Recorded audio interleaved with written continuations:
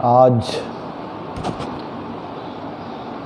एक बार फिर आप सभी का इस कक्षा 8 संस्कृत शिक्षण में स्वागत, यथोचित अभिवादन। अब तक कक्षा 8 के लिए जो निर्धारित पाठ्य पुस्तक है संस्कृत पीयूषम, उसका हम 9 पाठ पढ़ा चुके हैं। आज 10वां पाठ हम प्रस्तुत करेंगे, जिसमें सतबुद्धि सहस्र बुद्धि की कथा, बहुत ही रोचक कथा है। यह आज आप सभी पढ़ेंगे। आप सभी ध्यानपूर्वक इस पाठ को पढ़ें, बहुत ही रोचक कथा है।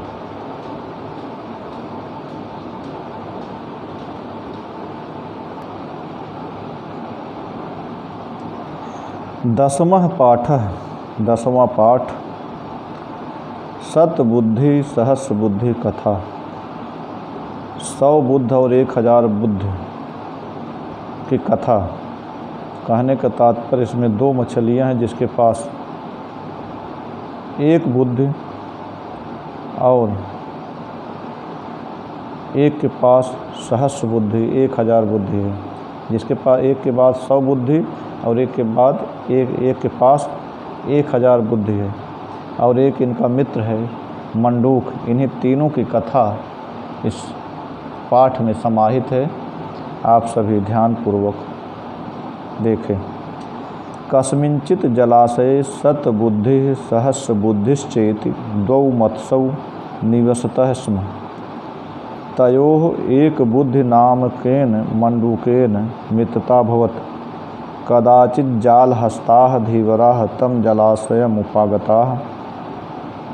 तेषु एको धीवरः अवदत्, एतस्मिन् जलाशये बहवो मत्स्याः सन्ति, अतः तान् ग्रहीतुं सोऽत्र जालं क्षेप्स्यामः। तच्छ्रुत्वा मत्स्याः दुःखिनः अभवन्। तेषु मण्डूकः प्राह, भो सत्बुद्धे सुतं धीवरोक्तं भवता, ततः किं कर्तव्यं?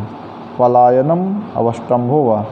सहस्र बुद्धि अवदत्, मित्र मा भयसीः, केवलं वचन श्रवणादेव न भेतव्यम्। कहता है कि सर्पाणां च खलानां च सर्वेषां दुष्टचेतसां अभिप्राया न सिद्ध्यन्ति, तेनेदं वर्तते जगत्। अब आप गद्यांश का अर्थ देखें। कस्मिंचित जलाशय, किसी जलाशय में, सतबुद्धि सहस्र बुद्धि, सतबुद्धि और सहस्र बुद्धि, 100 बुद्धि और 1000 बुद्धि वाले 2 मत्स्यौ निवसतः। सतबुद्धि और सहस्र बुद्धि नाम की 2 मछलियाँ रहती थीं। एक के बाद 100 बुद्धि थी, एक के बाद 1000 बुद्धि थी। तयोः एक बुद्धि नामकेन मंडूकेन मित्रता भवत्। उन दोनों मछलियों की एक बुद्धि नामक मेढक से मित्रता हो गई। कदाचित् जाल हस्ता धीवराः तम जलाशयम उपागताः। किसी समय जाल हस्ता, जाल हाथ में लिए हुए, धीवराः मछुआरे, तम जलाशयम उपागता, उस जलाशय के पास पहुँचे।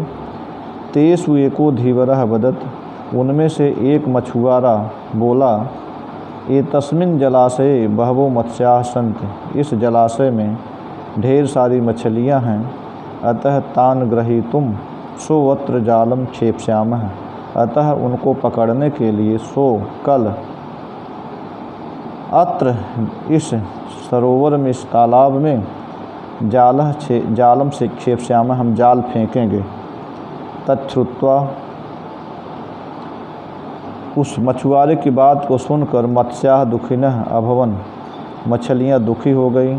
तेषु मंडूकः प्राह, उनमें से मंडूक, एक बुद्धि वाला जो मेढक था, वह बोला, भो सतबुद्धे, हे सतबुद्धि, सुतम धीवरोक्तम भवता, आपने इस मछुआरे की बात को सुना।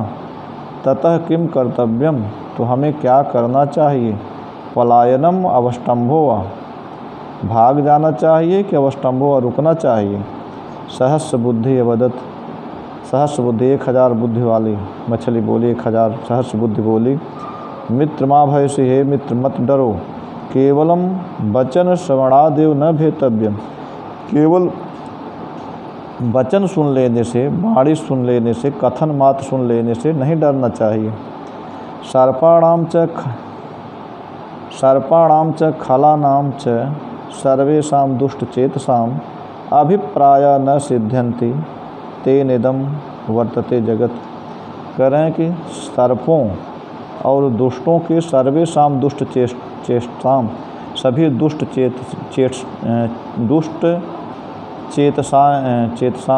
चेष्टाएं, उनकी जो बुरी सोच होती है उसके अभिप्राय न सिद्धंत, उसके अभिप्राय, उसके प्रयोजन हमेशा सिद्ध नहीं होते।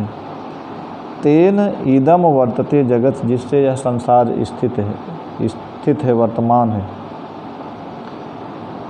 वो कहती है सहस्त्र बुद्धि वाली मछली कि जो सर्प होते हैं, जो दुष्ट लोग होते हैं, इनकी जो हर प्रकार की चेष्टाएं होती हैं, दुष्ट चेष्टाएं, बुरी इनकी जो सोच होती है हमेशा सिद्ध नहीं होती।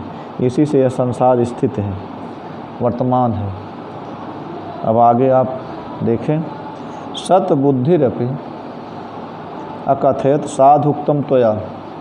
सतबुद्धि वाली जो मछली थी, जिसका नाम सतबुद्धि था, उसने भी कहा कि साधुक्तम त्वया, सहस्र बुद्धि की बात को सुनकर तुमने ठीक कहा। तुम सहस्र बुद्धि यश, तुम सहस्र बुद्धि हो, 1000 बुद्धि वाले हो। तब सदृशी बुद्धि कस्यापि नास्ति, तुम्हारे समान बुद्धि किसी के पास नहीं है। वचन मात्रेण स्वजन्मस्थानम न त्याज्यम, वचन मात्र से, किसी के कहने मात्र से अपने जन्मस्थान को नहीं छोड़ना चाहिए। अहम त्वाम सुबुद्धि प्रभावेण रक्षयिष्यामि, हम तुम्हारे सुबुद्धि, सुंदर बुद्धि के प्रभाव से रक्षयिष्यामि, बच जाएंगे, अपनी रक्षा कर पाएंगे। मंडूकाः, मेढक बोला, भो हे मम तु एका एव बुद्धि, मेरे पास तो एक ही बुद्धि है। अहम तो अत्र न स्थास्यामि, मैं तो यहाँ नहीं रहूँगा। अन्यम जलाशयम गमिष्यामि, दूसरे जलाशय में, दूसरे सरोवर में जाऊँगा। एवं उक्त्वा सह अन्य जलाशयम गतः, ऐसा कहकर वह मेढक दूसरे जलाशय में चला गया।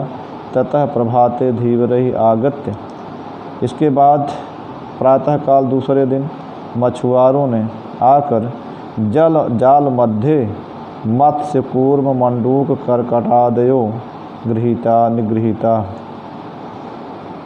जाल में मत्स्य, मछली, कछुआ, मेढक, केकड़ा आदि सभी को पकड़ लिया।